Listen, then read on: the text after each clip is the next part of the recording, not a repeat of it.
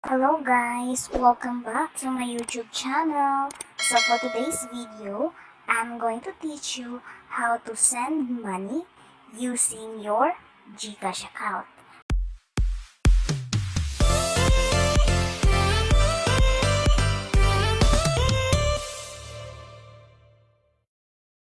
So first, we have to open the Gcash app.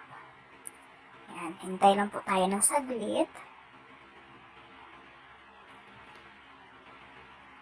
Ayan. So, you have to encode or type your MPIN, but make sure, guys ha, na careful tayo not to share our PIN to others para maiwasan natin yung pag-hack ng ating account. Ayan. Okay. So, hintay lang po ng saglit. Ayan. So, dito na tayo ngayon sa ating Gcash account. Nakapasok na tayo. So, paano ba tayo mag-send ng pera to someone? Like for example, for payment, may in-order ka sa online, tapos kailangan mong bayaran yun, of course. Tapos, sabi ng seller mo is mode of your payment is through Gcash. So, paano ba tayo magbabayad? Paano ba tayo magsisend ng money to someone using our Gcash account? So, nakikita nyo dito sa ating Gcash app, ayan, meron tayong maraming features. Ayan, kung nakapapansin mo, meron tayong cash in, send money, G-save, buy load, A+ rewards, G-credit, pay bills, G-forest, G-life, bank transfer, G-insure, and pay QR. And marami pa yan dyan. Yan, kung pipindutin lang natin yon, marami pa tayong magagamit, okay, na mga features dito sa ating Gcash app. So, yung main lang naman na concern natin ngayon sa video natin is paano tayo magsisend ng money. So, of course, pindutin lang natin itong send money. Ayan. Pindutin lang natin yan. Marami tayong pagpipilian din tayo dito. Okay? So, pwede nyong isend via QR code. Ayan. So, kung pipiliin natin yung QR code, okay. So, ayan. I-scan lang natin yung QR code kung saan tayo pwede mag-send ng pera. Okay? So, ayan. So, pwede din nating piliin itong send with clip kung saan pwede kayong mag-attach ng video o di kaya ng photo or audio, okay, sa taong padadalhan mo ng pera. Ayan. So, enter mo lang dito yung number. Okay, for example, ito. Ayan, yung amount. Okay, for example, 100. Ayan, pwede din kayo maglagay ng message. Ayan. At, like for example, birthday niya. Happy birthday.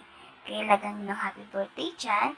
Okay, pwede nyo ding lagyan ng theme. Yung the way kayong mag-send ng pera sa kanila. Ayan. So, pindutin lang natin yung see all dun sa gilid. Ayan. Pwede kayong pumili dito. Ayan. Ng iba't ibang theme na gusto nyo piliin. Ayan.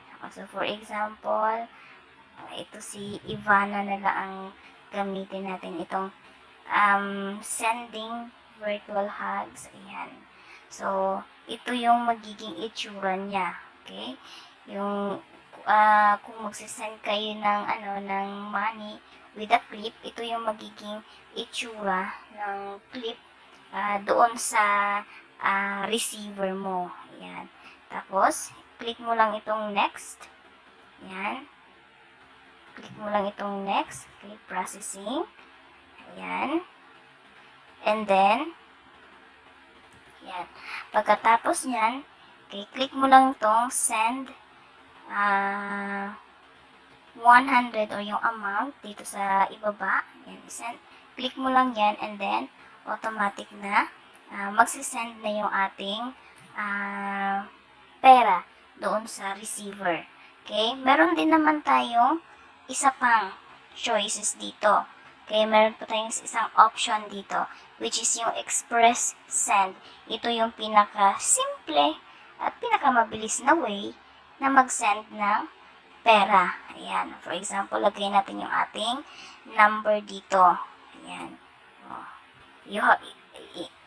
Always remember, guys, na hindi tayo pwedeng maglagay ng sarili nating number ng Gcash dito kasi sabi dito ng Gcash, you cannot send money to yourself. Yan.